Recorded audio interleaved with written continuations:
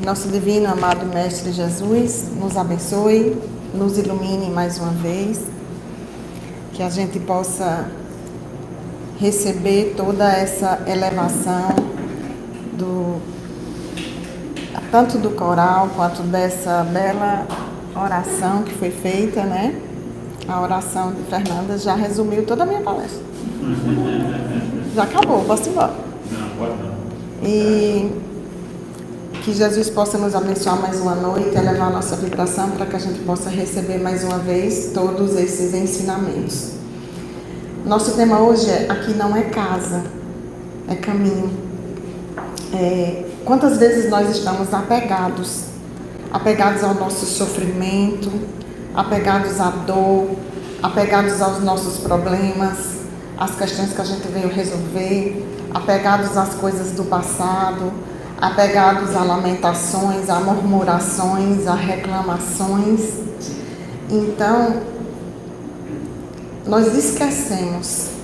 Quantas vezes nós esquecemos que aqui é passagem, que aqui é caminho, como Fernanda falou, caminhos cheios de tribulações, caminhos cheios de dores, caminhos cheios de tantas repercussões, e que a gente fica com esse apego a tudo isso, como se nós achássemos que a única vida real que nós temos é essa daqui, e que aqui é só caminho, o verdadeiro caminho que nós temos que transpassar para que a gente possa um dia voltar para a nossa verdadeira casa. E aí eu começo com uma pergunta aqui: qual a finalidade da nossa vida aqui? Para nós espíritas, desencarnar é diferente de morrer. Morrer vem de uma premissa de que a vida está aniquilada, que acabou, né? Então, dando a entender que era só isso. Então, nós precisamos desapegar, soltar coisas para que elas fiquem para trás. Ver o que eu tenho que aprender com esse problema que chegou na minha vida, aprendo a lição, desapego, solto. A vida manda outra questão: eu aprendo a lição, eu desapego e solto, e não fico olhando para aquilo. Eu tenho que me apegar ao aprendizado. Essa é a verdadeira, não ficar ruminando o problema. A dor, ela é para evoluir, não é para ficar presa. Ela tem a única finalidade da dor, o único aprendizado que nós temos que seguir é a evolução. Não ficar preso a ela. Ficar preso estagna, faz com que a gente não ande para frente, não caminhe, não evolui. No livro Missionários da Luz, que inclusive acho que nós temos aí na biblioteca, e eu super indico esse livro a todos, o Espírito Alexandre, né, que é um livro de Chico Xavier psicografado por André Luiz, né, ou psicografado por Chico, mas que nesse livro, o Espírito Alexandre, ele diz que raros são os seres humanos que chegam no plano espiritual na condição de completistas. Ou seja, raros são aqueles seres humanos que passaram por aqui e fizeram o que tinham que fazer, resolveram o que tinham que resolver, choraram o que tinham que chorar, passaram por tudo que tiveram que passar sem murmurar, sem reclamar, passaram por todas as suas lições e dizendo assim: manda a próxima, que aí eu já estou pronto de novo. Fez o que tinha que ser feito. São os verdadeiros espíritos completistas, são aqueles que aproveitaram o máximo a sua vivência aqui na Terra, tirando todos os ensinamentos. Então, André Luiz fala isso, o Espírito Alexandre, que raros são os seres humanos que chegam no plano espiritual na condição de espíritos completistas. Isso é muito sério, né? Porque, de modo que significa que a maioria de nós desencarna sem aproveitar as verdadeiras oportunidades de crescimento, para que a gente possa chegar lá melhor do que o que a gente chegou aqui, que é a nossa verdadeira finalidade da vida. Sair daqui melhor do que o que realmente a gente chegou. Pensar que foi criado um roteiro para você, que você recebeu esse contrato e que muitas vezes você quer quebrar um contrato que você mesmo assinou. Essa é a vida. Essa é a condição. Então, para começar, alguns termos, algumas dúvidas que as pessoas sempre perguntam sobre o que a doutrina explica sobre o desencarne, sobre alma, sobre espírito, né? Algumas questões antes da gente chegar na palestra propriamente dita. Vamos entender o que é alma, o que é espírito, verdadeiramente falando, né? É a alma quando se desliga do corpo físico. O que é isso, né? Então, a alma quando se desliga do corpo físico, vira o espírito. Então, a alma nada mais é que o espírito que está encarnado. Enquanto encarnado é alma. Desencarnou, se desligou do corpo físico, virou espírito.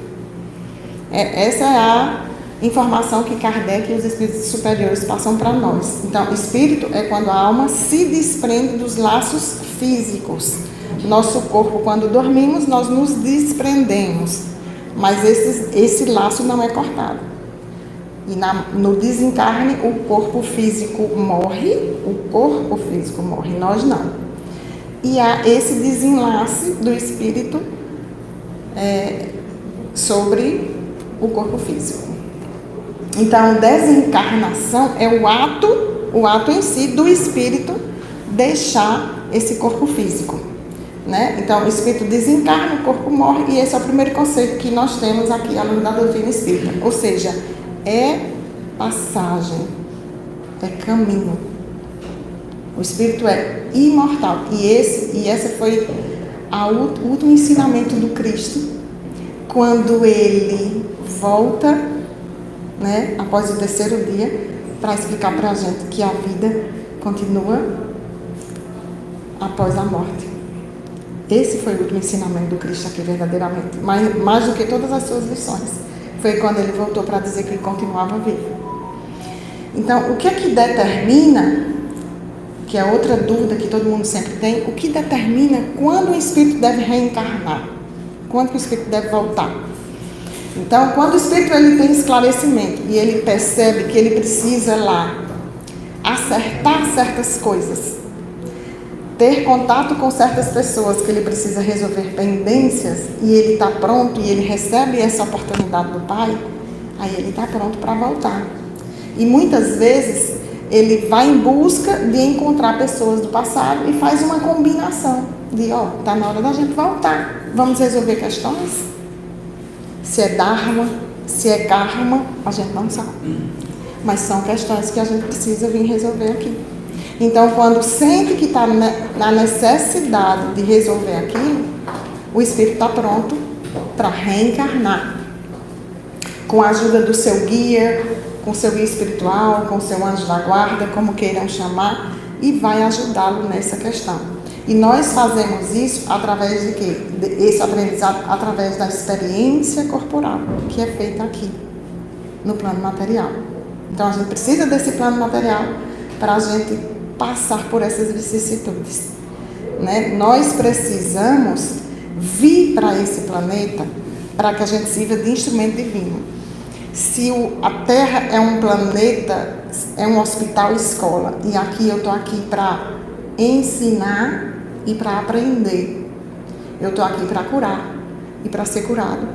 Então, nas minhas relações com família, relações amorosas, relações de trabalho, relações de amigo, relações do dia a dia, eu preciso, ora, ser professor, ora, ser aluno, ora, ser curador, ora, ser curado. E esses papéis vão se revezando. Nem todo mundo sabe tudo. Então, uma hora a gente ensina, outra hora a gente aprende com aquele que a gente está convivendo. E através dos relacionamentos que a gente mais vai evoluindo, porque foi através disso, né? Foi através dessa pedagogia de Deus, através dos relacionamentos, que nós vamos evoluindo. Ora sendo aluno e ora sendo professor. Porque nós temos um papel a desempenhar nessa vida universal, que é o nosso desenvolvimento intelectual, o nosso desenvolvimento moral, o nosso desenvolvimento espiritual. Nós poderíamos ficar no plano espiritual, sem fazer nada, ficar na erraticidade. É um termo que os espíritos usam. Ficar na erraticidade, ou seja, você também não evolui, você fica estagnado. Então, nós temos tanto a aprender, que a doutrina nos ensina que uma vida só seria insuficiente. E é por isso que nós temos várias vidas. E quando a Terra ela já oferece todo tipo de evolução que você já conseguiu aprender, aí você está pronto para novos mundos, para mundos mais evoluídos, para mundos mais modernos. Então, quando a gente vai resolvendo isso, a gente vai ficando cada vez mais evoluído. No livro Missionários da Luz, a gente vai dar um exemplozinho, do que é a reencarnação. No capítulo 13, nós temos a história de Raquel e Adeline, que é um casal, que vai receber como filho um inimigo de Adeline, Segismundo. E Alexandre é o espírito benfeitor, que vai unir esse trio para tentar resolver as pendências que eles têm. Só que Adeline está com medo, porque não quer receber o inimigo, que no plano espiritual já tinha combinado, já tinha perdoado, e que estava tudo bem. Quando chegou aqui, que teve um esquecimento, veio toda aquela memória de dor, de sofrimento, e ele fica angustiado. E Alexandre resolve, em sonho, procurar Adeline para conversar com ele, porque ele não quer receber Segismundo, se foi combinado que Raquel e Adeline iriam receber Segismundo como filho. E aí Adelino diz em sonho para ele que teme muito a presença de um inimigo na casa dele, com toda razão. E aí Alexandre diz assim: é assim que recebe os irmãos mais infelizes? É assim que te portas ante os desígnios supremos, onde puseste as noções de solidariedade humana? Por que fugir aos mais infortunados da sorte? É sempre muito fácil amar os amigos. E eu trouxe isso aqui que serve para todos nós. Ele diz assim: é sempre muito fácil amar os amigos, admirar os bons, compreender os inteligentes, defender os familiares, entronizar as afeições, ou seja, colocar no trono, entronizar as afeições, conservar os que nos estimam, louvar os justos e exaltar os heróis conhecidos. Isso é fácil. Mas se somos respeitáveis em semelhantes posições íntimas, é preciso reconhecer que eles traduzem serviço realizado em nosso processo evolutivo. Nós, porém, meu amigo, ainda não alcançamos a redenção final. Por isso mesmo, a tempestade é nossa benfeitora. A dificuldade é nossa mestra. O adversário é nosso instrutor eficiente. Modifica as vibrações dos teus pensamentos, recebe com caridade o mendigo que te bate à porta, quando não tenhas adquirido ainda bastante luz para recebê-lo com o amor que Jesus nos ensinou. E aqui fica uma lição muito importante, porque quando ele fala, recebe com caridade o mendigo, mesmo que você ainda não tenha o amor para recebê-lo com o amor que Jesus ensinou. E aí eu utilizo, perdoa com caridade, quando você ainda não conseguir perdoar com o amor que Jesus nos ensinou. Ajuda com caridade, quando você ainda não conseguir ajudar com o amor que Jesus nos ensinou. Porque o que a espiritualidade quer é que você já comece dando o primeiro passo. Nem que seja por caridade mesmo. Eu não estou conseguindo perdoar, mas por caridade eu vou conseguir. Já é o primeiro passo. Para depois a gente conseguir perdoar como Jesus nos ensinou, que foi o maior ensinamento que Jesus nos trouxe aqui, que foi sobre o amor.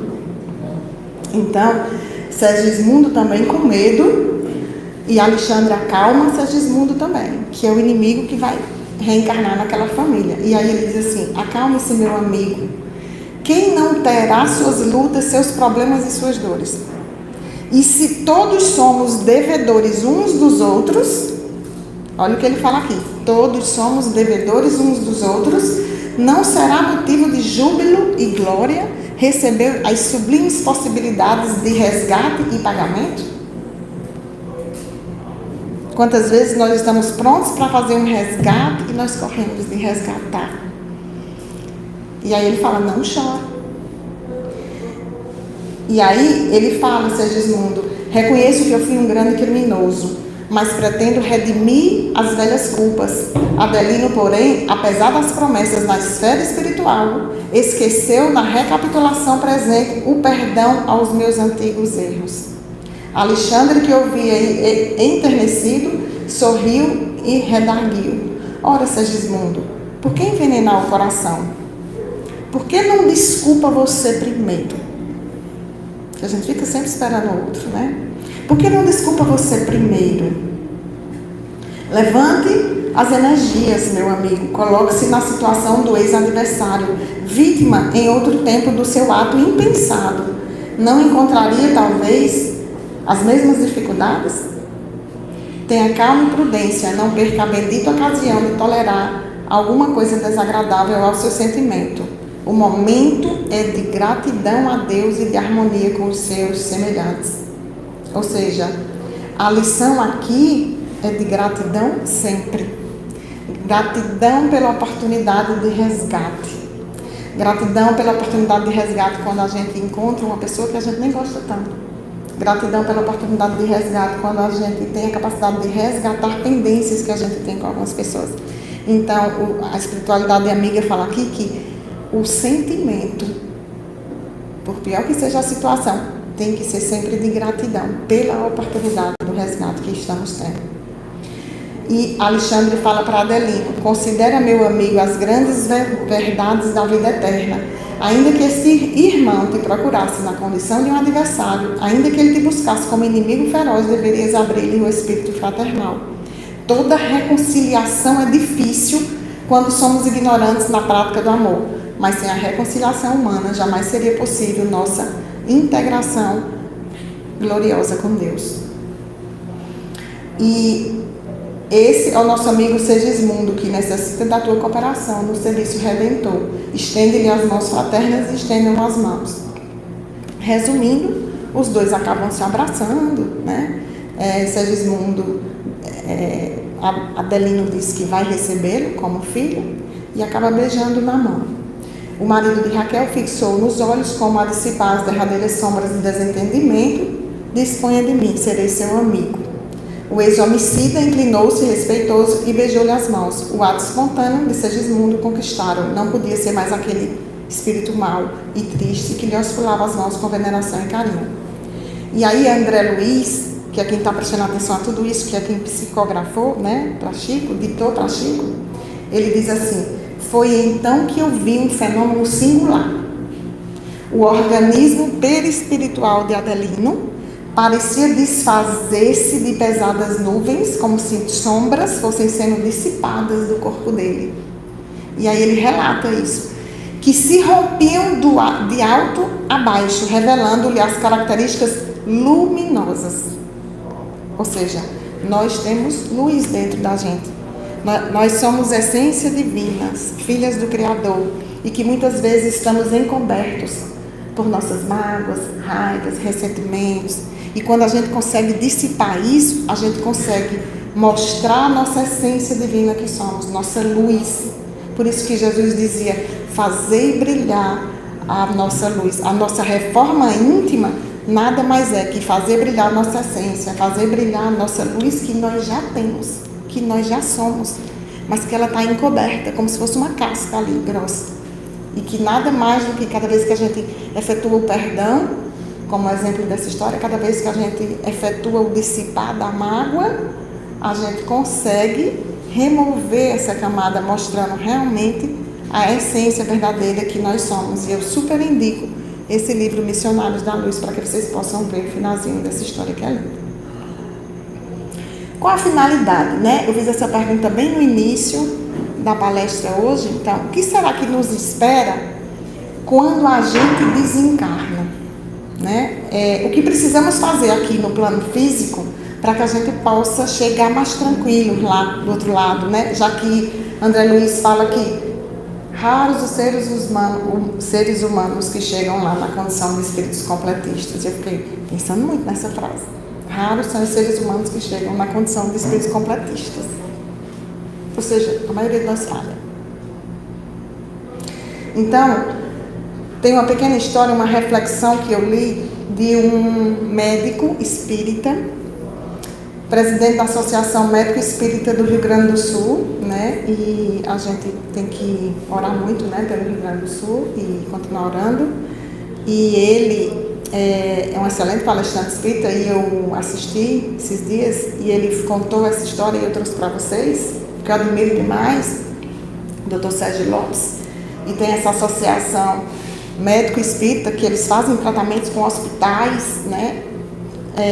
Tanto o atendimento espiritual e o atendimento médico juntos, né? Nos hospitais espíritas que já tem em todo o Brasil. E aí ele conta essa reflexão que desencarnou um ser chamado João da Silva. E aí ele conta que João da Silva chegou lá no outro plano e foi entrevistado por Deus. E aí ele pergunta, quem és? E ele diz, eu sou João da Silva. Não perguntei o teu nome. Quem és? Eu fui um médico muito conhecido na Terra. E ele diz, eu não perguntei a sua profissão. Quem és? Porque a maioria dos diplomas as pessoas perdem assim que desencarnam. Raros são os médicos que chegam aqui na espiritualidade na condição de médicos. E quem és? Eu não perguntei o título que você tinha. E aí ele falou, eu fui da Pátria do Evangelho, eu fui espírita, eu fui presidente do Centro Espírita. E aí ele falou assim, por exemplo, nunca digam isso, né? Porque muito será cobrado a quem muito foi dado informação. Então, o que Jesus nos falou é que nós seríamos avaliados não pelas obras que nós fazemos em si, nós seremos avaliados pela reforma íntima e pela obra interna que aquela obra externa nos causou. Então não adianta falar, eu fiz muita caridade quando eu estive lá na Terra. Não é a obra externa em si, mas o que essa obra externa reformulou em você internamente. O que essa obra em você te transformou. Em que tipo de pessoa, em que tipo de ser. Não para ficar falando o que você faz por aí. E aí ele pergunta, quem és? Não perguntei a sua religião, nem os conhecimentos externos que você proporcionou. Quem és? E aí João da Silva diz, eu não sei. E aí ele diz, então retorna para a Terra e descobre. Porque a nossa finalidade aqui é descobrir quem nós somos. E a partir do momento que a gente descobre quem nós somos, a gente pode agir. A gente está aqui para curar, para ser curado, para ser professor, para aprender, para descobrir sombras, para evoluir, para fazer reforma íntima, para se melhorar. A gente não está aqui o ego está aqui para títulos, para posses, para poder, para matéria. O espírito está aqui para evoluir, para contribuir. Então, a partir do momento que nós descobrimos quem nós somos de verdade, nossa essência verdadeira e o que a gente está fazendo aqui, aí a gente consegue utilizar da melhor maneira possível o que foi nos ensinado por Jesus. Colocar em prática verdadeiramente os seus ensinamentos. É para isso que a gente está aqui. A gente recebeu esse ensinamento do maior de todos. A gente recebeu um ensinamento daquele que nunca escreveu um livro, mas ele escreveu na areia. A única passagem que tem de uma escritura de Jesus foi na areia, quando ele protegeu aquela mulher de ser apedrejada. Em que ele não julga, ele não olha para o passado dela. Ele só diz, vá e não peques mais. E quantas vezes nós julgamos o passado das pessoas? O tempo inteiro. Enquanto Jesus só dizia, vá e não peques mais. Vai e não peques mais. Vai e não peques mais. Ele não ficava olhando para o passado de ninguém. E ela se torna uma das maiores seguidoras do Cristo. Então, ele não escreveu, ele não tinha títulos, ele foi o maior de todos, ele não fez palestras, ele não criou religiões. No entanto, ele nos deu o maior ensinamento de todos, que foi sobre o amor, que nós não aprendemos até hoje. Porque se nós tivéssemos aprendido, nós não estaríamos aqui. Nem na condição de ouvinte, e muito menos na condição de palestrante. E ensinou também várias virtudes que nós temos que aprender, várias virtudes que nós temos que desenvolver, porque o nosso julgamento começa desde o momento que nós encarnamos até o momento que nós desencarnamos e aí continua.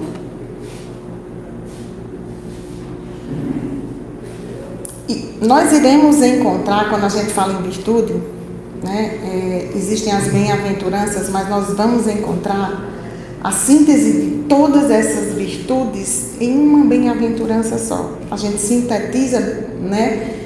Bem-aventurados os pobres de espíritos, porque deles é o reino dos céus. Pobres de espíritos no sentido de humildade. Ser pobre de espírito no mundo rico de egoísmo.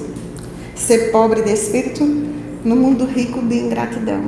Ser pobre de espírito no mundo... Então, pobre de espírito no sentido de ser humilde.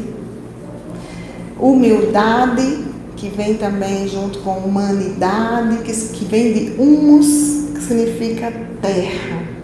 Quando a gente vem para cá, nós viemos para a terra. Nós somos humanos.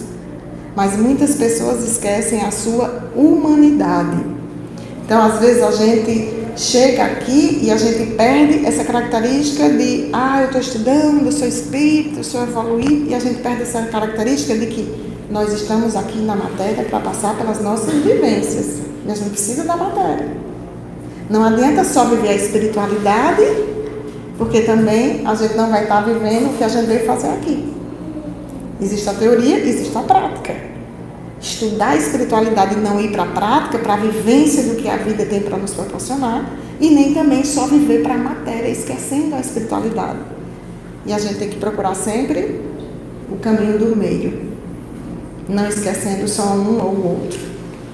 Então, e esquecer, por exemplo, no enterro, às vezes, o espírita ele tem aquela audácia de falar para as pessoas, não chore, porque a vida continua, ou você vai estar atrapalhando, né?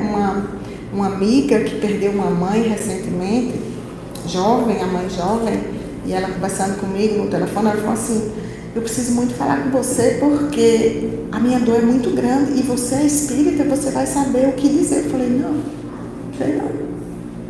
Mas assim, você, não, é porque meu pai está com muita depressão, e eu também. Não é depressão, não é tristeza, você perdeu sua mãe. Normal, é dor. Dor é para chorar, dor é para sentir. Tem que viver. Como que você vai dizer para uma pessoa, eu acho que é um excesso de vaidade intelectual. O espírita chegar e falar para a pessoa, não chore, a vida continua, você está atrapalhando quem está evoluindo. Você aguentaria um filho seu partir para os Estados Unidos, morar lá por 40 anos, não vai trocar telefone com ele, WhatsApp, Instagram, nada. A ausência física existe, a ausência magnética existe. Quem não choraria? Não, mas eu sei que ele está vivo, sim. Importa? Então, Chico, ele falava muito isso. O pior tipo de vaidade é aquela vaidade intelectual. Né? Cuidar para quando a gente estiver muito na doutrina, a gente esquecer que tem pessoas que não conhecem nenhuma religião, mas é rico em bondade, é caridoso, é solidário. Então, Jesus nos mostrou, através dos escribas, dos fariseus, dos doutores da lei, que às vezes só o conhecimento demais, sem pôr em prática essas questões da bondade, da caridade, da misericórdia, atrapalha muito. Então, outra coisa que sempre perguntam é, os espíritas, eles não temem a morte?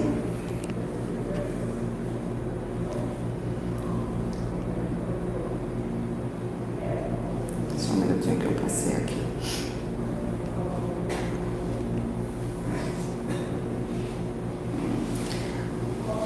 Os espíritas não temem a morte? A gente sabe que teme, igual a qualquer um. A gente sabe que a morte não é o fim, a gente sabe que a vida continua. Isso dá mais serenidade, perante os problemas, perante a morte, perante as aflições, dá mais serenidade. Mas Porque diz Kardec que no momento que nós sabemos que não existe um céu definitivo e não existe um inferno definitivo, nós não tememos a morte, porque nós não temos mais aquela ideia de diabo, de coisas, né? Então a gente não tem mais essa característica, a gente tem mais serenidade, mas a gente dá muito valor. Quem não conhece aquela história de Chico, que está no avião, né? Que Chico todo mundo começa a gritar no avião, e Chico Xavier está lá no avião e ele começa a gritar também, porque tá todo mundo gritando e o avião tá trepidando, né? Aquelas turbulências. E aí Emmanuel, o guia de Chico, chega para ele e fala: Chico, que exemplo é esse que você está dando? Está gritando? Você não é espírita? Você não sabe que a vida não existe? E ele: mas eu vou morrer. E ele começa a gritar: socorro! E todo mundo gritando, e ele, Chico, também gritando. Ele falou, aí Emmanuel fala para ele: Chico, pois morra com a educação. Ele falou: quem já viu morrer com a educação? Então, o espírita tem valor pela vida, igual a qualquer hora. Não é porque a gente acha que a vida continua que a gente também quer perder essa oportunidade que a gente teve aqui de crescimento, de amadurecimento. Existem 2 tipos de desencarne, que é o desencarne lento e o desencarne rápido, né? E às vezes, muitas vezes a gente fala assim: eu queria morrer logo, rápido e morte súbita. Mas segundo a espiritualidade, o desencarne lento, que é por doença ou por idade, velhice, é o melhor. Porque quando as células vão se desprendendo do corpo físico, tem tempo de novas células no corpo espiritual ir formando. Então tem mais chance de, quando você desencarnar, o seu corpo perispiritual já está lá, pronto. Diferente dos acidentes, das mortes súbitas, que você tem que ir para um hospital espiritual. E no suicídio, o que é que acontece? Você não mata a vida, né? Você interrompe seu processo de resgate. Você só interrompe o seu processo de crescimento, de maturidade, de evolução que estava em adiantamento. Adianta você rasgar a fatura do seu cartão e achar que não existe conta? Então a fatura do cartão é o nosso corpo físico. Não adianta a gente tirar a nossa vida, porque nossa conta vai continuar ficando para as próximas questões, as próximas vidas. No livro Ação e Reação, que é outro livro, nós temos esse livro? Temos esse livro também, Ação e Reação, também psicografia de Chico, pelo espírito André Luiz também. Esse livro conta a história de um espírito que não se importou com o seu desenvolvimento espiritual aqui. Ele só se importou com a matéria. E aí, André Luiz, junto com os 2 companheiros, está frente a um corpo lá. Eles vão socorrer no plano espiritual. E eles estão frente a um corpo que está totalmente deformado. E aí começa: seria um homem desencarnado em algum atropelamento? Aguardando o imediato alívio que se deve aos acidentes comuns? Druso, que era um dos espíritos, pergunta silenciosa explicou: trata-se de um companheiro dificilmente identificável trazido até aqui por uma das nossas expedições socorristas. Por enquanto não sabemos, elucidou o orientador. É uma dessas pobres almas que terá deixado o círculo carnal sob o império de terrível obsessão. Tão terrível que não terá podido recolher o amparo espiritual das caridosas legiões que operam nos túmulos. Poderemos conhecer a razão da surpreendente deformidade deste corpo? E ele responde: o fenômeno, todo ele, é de natureza espiritual. Recorda-se você de que a dor do veículo físico é um acontecimento real no encéfalo, mas puramente imaginário no órgão que supõe experimentá-la. A mente, por meio das células cerebrais, registra a desarmonia corpórea, constrangendo a urdidura orgânica ao serviço, por vezes torturado e difícil reajuste. Procuremos ouvi-lo, incapaz de conter o assombro que me empolgava, inquiri: ele dorme? O mentor fez um gesto afirmativo. Nosso desventurado amigo encontra-se sob terrível hipnose. Algum adversário dele, 2 adversários, fixaram-lhe a mente em alguma penosa recordação. Ou seja, ele estava ali e o tempo inteiro recordando algo de errado que ele tinha feito, se auto-julgando, se auto-punindo o tempo inteiro. Esse é o verdadeiro inferno, né? Que as pessoas dizem que tem inferno, é essa auto-punição o tempo inteiro. Mas insistia emocionado: semelhante martírio poderia sobreviver sem razão justa? Com exceção do caminho glorioso das grandes almas que elegem no sacrifício próprio o apostolado de amor, não se ergue o espinheiro do sofrimento sem as raízes da culpa. Não se ergue as raízes do sofrimento sem as raízes da culpa. Para atingir a miserabilidade em que se encontra, nosso irmão terá acumulado débitos sobremaneira escabrosas. Desintegremos as forças magnéticas que lhe constringem os centros vitais, os chakras, principalmente o laríngeo, para poder falar, e ajudemos-lhes a memória para que se liberte e fale. Na hora que conseguem socorrer aquele ser que está ali, ele começa a falar: socorro, socorro, sou culpado, não posso mais, perdão, perdão. Dirigindo-se a Druso e tomando de certo por magistrado, exclamou: Senhor juiz, ele achava que estava no tribunal. Até que enfim eu posso falar, deixe-me falar. O dirigente da mansão apagou-lhe a cabeça e falou: fale. E aí ele disse: sou Antônio Olímpio, o criminoso. Contarei tudo. Em verdade pequei porque isso é injusto. É justo que eu sofra no inferno. O fogo tortura minha alma sem consumi-la. É o remorso, bem sei. Se eu soubesse, eu não teria cometido a falta. Entretanto, não pude resistir à ambição. Depois da morte do meu pai, vi-me obrigado a partilhar nossa grande fazenda com meus 2 irmãos mais novos, Clarindo e Leonel. Trazia, porém, a cabeça dominada de planos.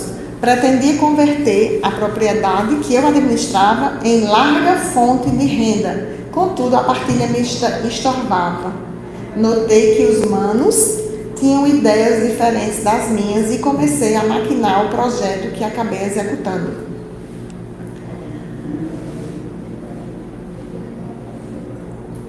Que somente poderia ser feliz se eu aniquilasse os meus irmãos. E quando o inventário estava prestes a decidir-se, convidei-o a passear comigo, de barco, inspecionando o grande lago do nosso sítio.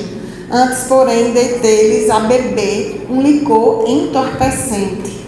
Calculei o tempo que a droga reclamaria para um efeito seguro, e quando a nossa conversação ia acesa, percebendo-lhes os sinais de fadiga, num gesto deliberado, desequilibrei a embarcação em conhecido trecho onde as águas eram mais fundas.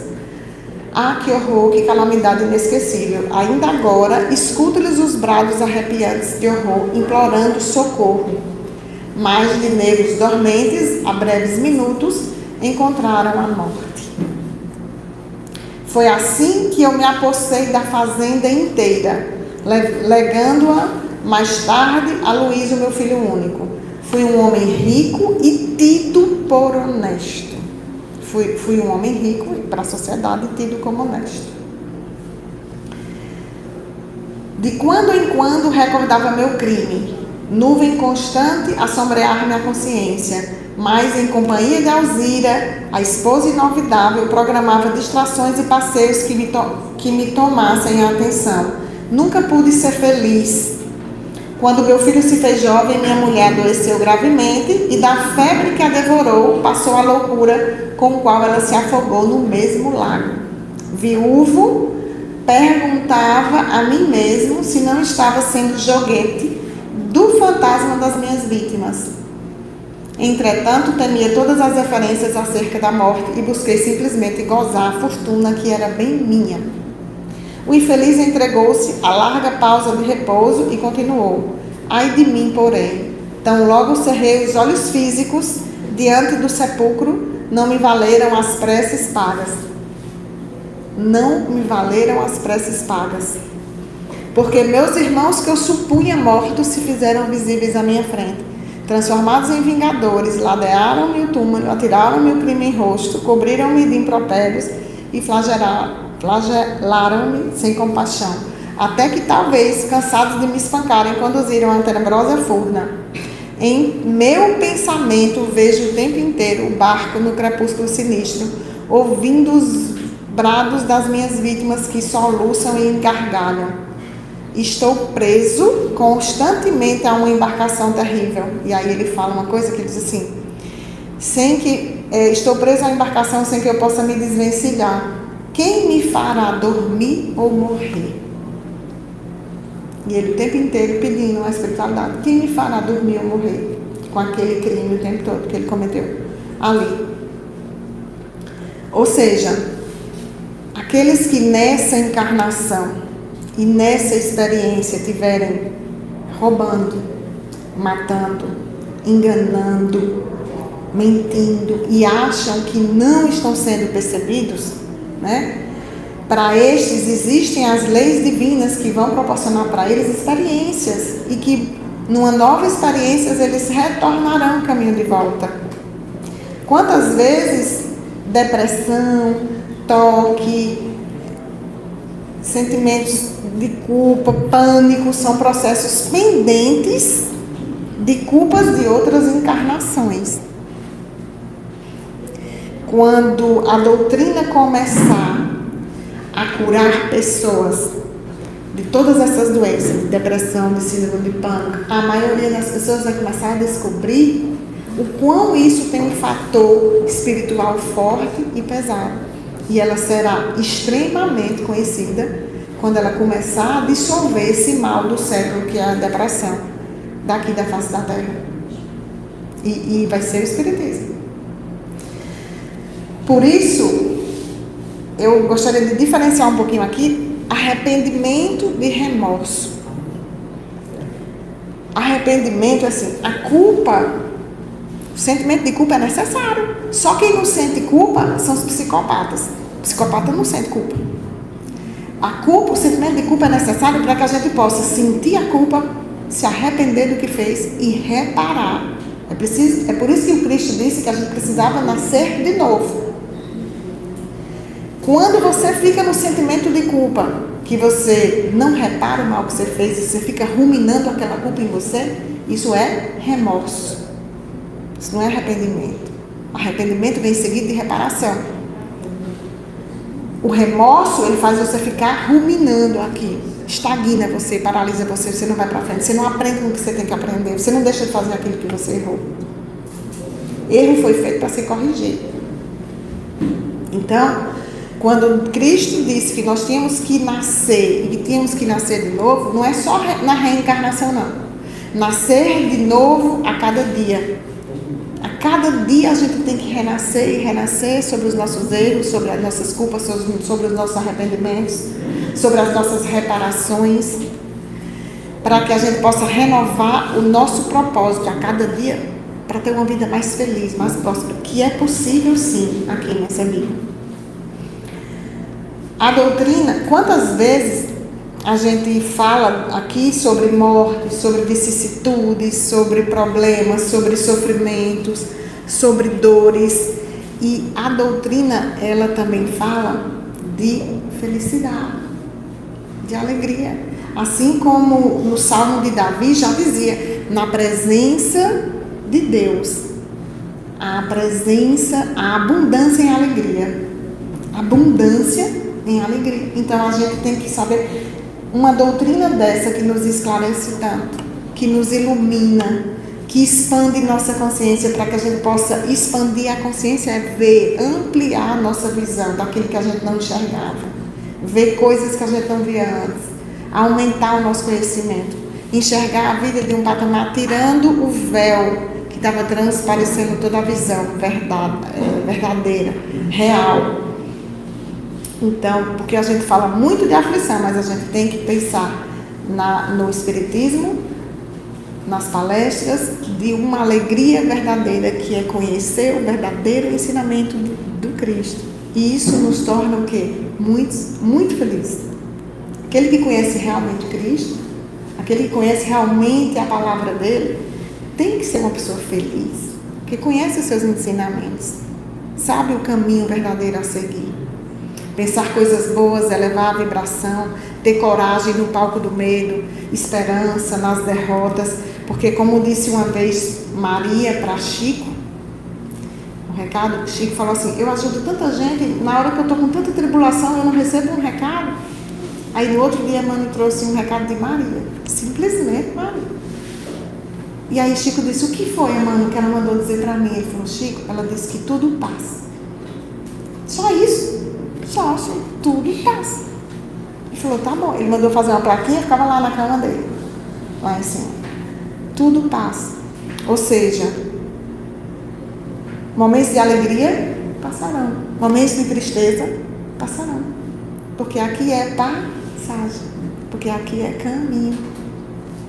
Esse foi o maior ensinamento que Maria passou para Chico, ou seja, as nuvens, os problemas, assim como as nuvens passam, os nossos problemas passarão, para que a gente possa ter uma existência aqui, e a gente começa a ampliar essa visão, essa consciência, a gente tem uma existência aqui de mais paz, de mais felicidade, de mais serenidade.